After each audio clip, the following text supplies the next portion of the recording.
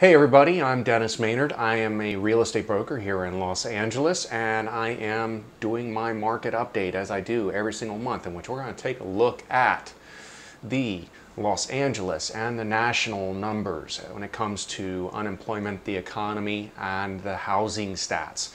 Why do we look at some of the other things such as unemployment and economy? Well, because that plays a major factor in what we're seeing and what we're dealing with today. Now, real estate is hyper local, and that said, you should always consult with someone like myself or another real estate agent when you are in another area who knows your area and can advise you as to the local area numbers and anything specific. That said, if you want me to take a look at something in Los Angeles, perhaps your zip code or your home, thinking about listing for sale or perhaps buying a property, please reach out. I'm here. Now, let's dive right into this, and we'll begin right now. And one of the first things we're going to take a look at is a strong economic recovery depends on an effective and sustained containment of the COVID-19 virus. Economists said in the latest monthly survey in the Wall Street Journal, with 91% of business and academic economists agreeing somewhat or strongly that an economic recovery depends on this. Getting economists to agree in this mass number is a big deal because you can't get them to agree. Unemployment overall, when we look at unemployment, typically we want to look at the core unemployment, but a lot of the numbers that are getting thrown around the media and elsewhere are actually saying different numbers. Like they'll say, 55 million unemployed. Well, that's cumulative new filings that they're talking about. That's not the actual number of people who are unemployed currently. Currently, that number is closer to 16.1 million unemployed filing for unemployment insurance currently. As far as the most recent gains, we did see 1.8 million gains into the job sector. That's a really strong number. Leisure and hospitality being the greatest losses is obviously seeing the greatest gains right now. Government also jumping back in as the governments open up and get people back to work. The BLS, the Bureau of Labor Statistics unemployment rate is currently sitting at 10.2. We are moving in the right direction. We are gradually notching down that employment rate when we started at 14.7, it was a major shock as to what happened, and it's been growing downward strongly. So we have our core unemployment rate. This is the core unemployment, the chronically unemployed, people who have left the workforce at 5.7%. That does not take into account the temporary unemployment that sometimes we look at when that's included in the previous numbers we were taking into consideration. Really, this is a very important slide, and I want to stress this slide because it talks about showing the differences between the different downturns that we've seen and the unemployment rates as we have seen in the past. Getting back to a pre-crisis level is, by the way, remember, we were in the 3s and 4s. That is historically unprecedented unemployment rate to begin with. So the strength of the economy at that moment in time was one of the best we've seen ever. Well, since January 1, we can kind of see where people have been spending their money. They've been spending their money a lot on groceries. They pretty much foregone any, luxury items, travel, restaurants, arts and entertainment, transportation. They just pretty much stopped all spending in those categories. We are seeing it come back. We're starting to see it come back pretty strong, which is a good sign, and that shows the growth in the overall economy as people start to get engaged again and start to reinvigorate in this economy. Okay, so Q2 forecast. Let's be honest. We shut down the economy and the numbers are not going to be great. In fact, they're coming out next week and the media is going to take advantage of that and exploit it and put it all over everywhere and tell you it's the end of the world. It's not the end of the world. We shut down the economy and so we took some hits. The estimated forecast amongst all of these different entities was a 30.8. It was later revised to 32. It's going to be bad, people. It's going to be really nasty. But the bright side is that we are on our way up.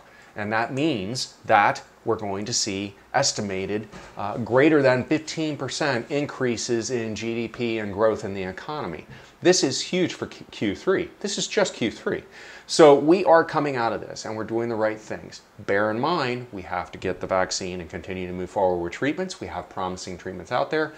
We're moving in the right direction. So that said, indeed, the worst GDP reading could be followed by the best ever growth in the third quarter. And this is from Lisa Chalet, Morgan Stanley Chief Investment Officer. The housing recovery. The housing recovery is doing quite well for the U.S. overall. In fact, it's pretty shocking. Shockingly strong. An astounding rebound. Well, across the United States, the housing market has been doing quite well, except for in some of the big cities, which we'll get into here.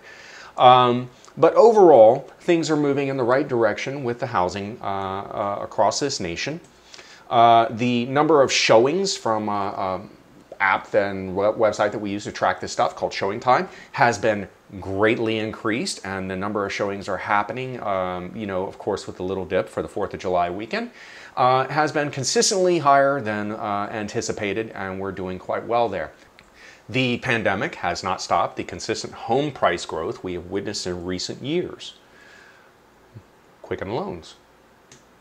Wonder why. The large range of projections on future home prices continues to astound, everything from 4.4% to our questionable Zillow. I wonder why they can't get pricing accuracy right either. CoreLogic and House, all of these sites. CoreLogic did update its numbers. They did not stick with as low as they originally were. This is an updated number. This is going to be over the next coming 12 months is what they're anticipating nationwide. We'll get into Los Angeles and to some of the other areas as well. Year over year, the number of listings on market. This is important because the limited supply is saying that the new home builders, the existing supply, there's not enough there to actually get all the buyers who want homes fulfilled. And so this is leaving some gaps in the market, and as fast as something comes on, it sells in some areas of the country. Now, what does that mean? Well, that's part of what's driving up prices. So you have two things. Now, I'm a supply and demand guy. If there's a lot of supply and low demand, you're going to have prices fall. If you're going to have little supply and a lot of demand, prices are going to rise. And that's supply and demand economics. That's the kind of guy I am. Right now, we're seeing not enough listings come on market, and we're not seeing enough supply on market, so it's pushing prices up. So the summer hot buying season is off and roaring to a start as buyers flooded into the market. Realtor.com monthly traffic hit an all-time high of 86 million unique users in June 2020, breaking May's record of 85 million unique users. So in previous market updates, I talked about pent-up demand and what has happened because we basically just took the spring selling season and pushed it into summer. So everything that was going on that was supposed to happen in the spring happened in the summer. So it just happened at an accelerated rate. That's a good sign. We want buyers returning to the market, and we want sellers returning to the market as well. It keeps things healthy and moving along. So what are buyers out there looking for in the market currently? Well, in April at this survey, they were looking for more interior space, more outdoor space, updated kitchen and better technology. And in July, as I've been kind of anticipating, it's been more interior space, desire to own, move from the city to the suburbs. That's what I was anticipating. And then lastly, the more outdoor space. I was also anticipating this as well, especially in Los Angeles. That said, plan to buy a home due to remote work ability. That number has 63% attached to it. That means that people are planning on working from home for at least a foreseeable amount of time in the future. I know I have some clients who have been told, don't return to work until 2021. So let's get into our market update. One of the things that we have to look at, I continually bring this slide up, and I know I keep on trying to beat it into people's heads because I keep on getting these questions about foreclosures. Now, there are homes and homeowners who are in forbearance, and I did not include those slides in there, but I'm going to give you the verbal numbers very quickly. The forbearance numbers right now, there's about 1.8 million homes and mortgages out there that are in forbearance. There was a lot more. What ended up happening is that people anticipated the problems that they were going to have and pre-applied for it and then did not complete the application or do anything with it. That number was closer to 5 million, but it's fallen back, and then you also take into account the people who were just flat out rejected. And so when we're talking about forbearance, we're talking about really extreme situations in which people have lost their job, lost their income, and just cannot pay their note right now. Now, what this slide is for is to demonstrate the amount of equity that people have in their homes. And this is really important because everybody's expecting this wave of foreclosures, and it's just not going to happen. People learn their lessons from the last crisis, and they are not in a bad situation like they were before. And so what does this mean? I mean, when you look at 42% of homeowners have 100% equity in their home, does that sound like a strained mortgage lending market? No. You know, when you add another 16.6 that have at least 60 to 99% equity in their homes, does that sound strained? No. In fact, when you look at it, on the face of it, 7.3% have less than 10% equity in their home. If anyone's going to have problems, it's them. But you're talking about 7% of the housing market.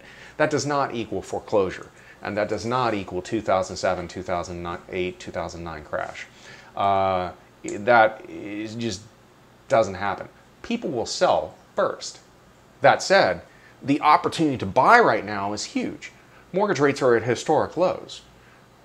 They weren't this low in the last crisis. And that was compounded, the low rates in the last crisis, for those who were playing the home game, were compounded by loose mortgage standards, which were set by Congress and the federal government. I'll do a whole episode on that at some point, but I'm not going to go into it right now. So mortgage rates, and they're predicted to stay low for a period of time right now. So, and then we just talked about this, the percentage of distressed property sales, less than 3%.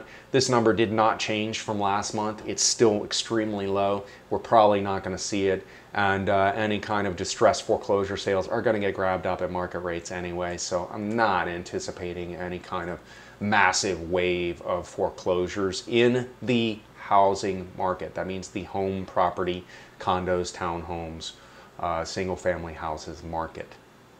Okay, moving on. Let's talk about some sales here. So the sales numbers, when we start looking at the active listings on market, I was talking about earlier about the distressed low inventory, and year over year we're seeing 30% less in listings on market. This is causing prices to still sustain and rise in some cases. We have 9,583 single-family houses on the market right now. As far as pending sales, we have 3,700. This is a decrease year over year from last year's numbers of 18% for July. The closed sales for single family is 4,370. This is a 5% decrease. So we are still seeing closings happen. Despite not having enough inventory, we're still sitting at about where we were a year ago as far as sales. That's a good sign. That's a good sign. So when we look at it on an aggregate, and we see the active and the close, while listings have fallen and the number of listings on market have fallen, the number of the close has stayed in the normal levels historically as you look across the past 5 years. That said, I've often talked about the shadow inventory. When we talk about shadow inventory, we're talking about the number of homes that have either been withdrawn, expired, or canceled their listing agreements. This number is roughly 1,600 right now, this past month. It's still sitting on top of those active listings, so we're probably at about, I would say 10,500 to 11,000 active listings available. Like if everybody was on market, that's probably what we'll be looking at. It's about 2.6 months supply. Now that number will be slightly different than the numbers when we get into month supply here in a second. There's a data aggregation problem there. I'm not sure what it is. But when we look at the home prices overall, the single family median home price has risen in Los Angeles County to $760,000. That just shows you that the homes that are being bought up and sold right now are at a higher price point than what we would see normally. That's a 9.2% increase year over year. We'll see if this trend holds. I would expect it to revert back closer to 700 within the next couple months. Just saying, it's not a prices are going to fall. It's an average. Averages move around. As far as the single family average price per square foot, it did increase from up to 526. I think last month it was like 508.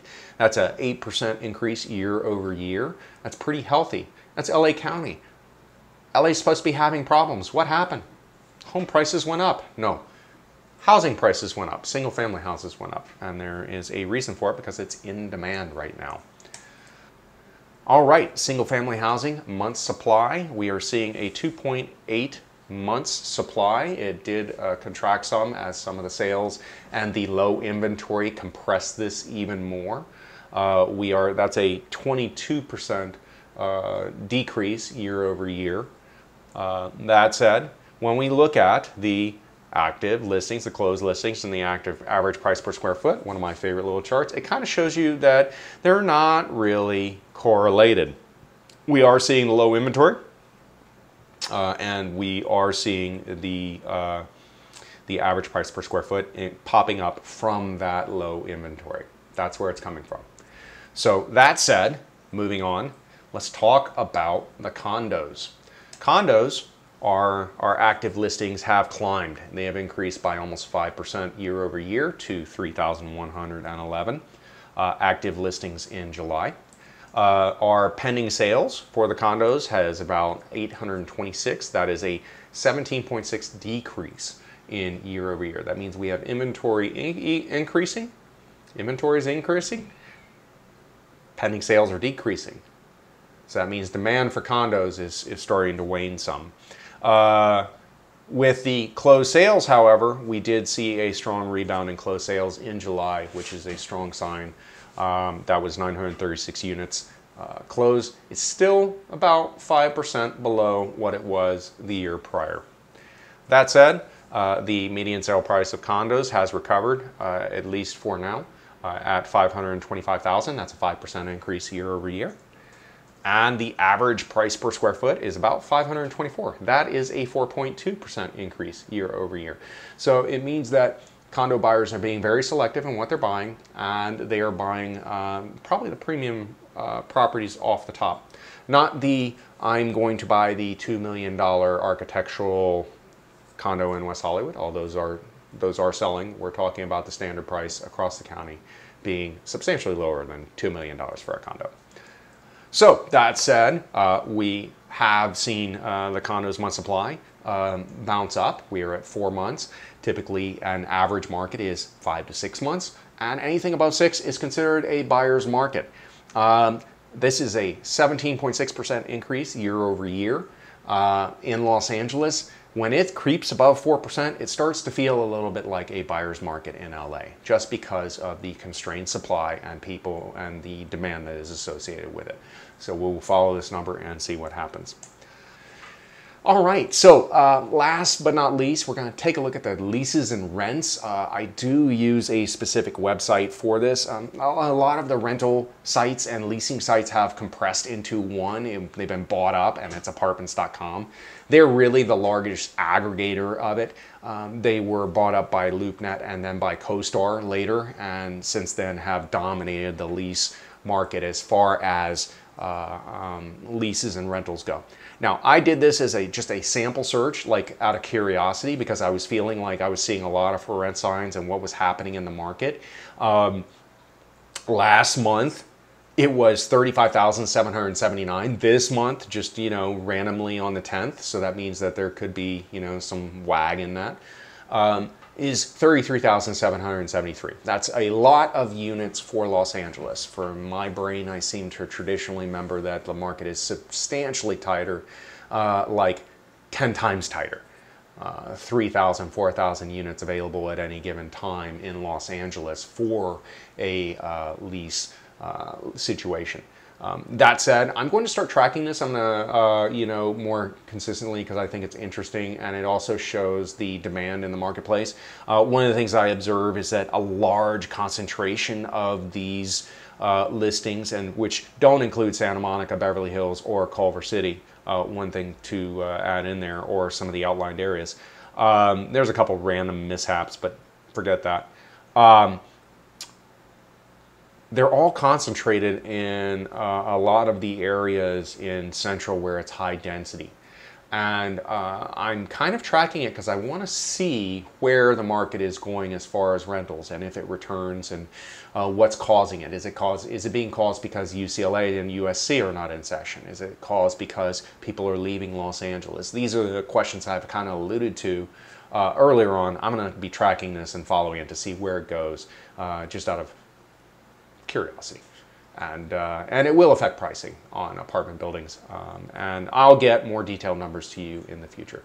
So listen, this was the housing market update for Los Angeles and the country, and the economics that are involved with the home market. I hope you found it informational. If you have any questions, or you need any kind of specific guidance on your own situation, please reach out. I'm happy to talk to you. Look forward to speaking to you again. Until then, you can also find me on Walking in LA and TNT, which is the tips and tricks real estate show that I do. And also follow me on Instagram and some of the other sites as well. Thank you so much, and I look forward to seeing you again. Have a great day.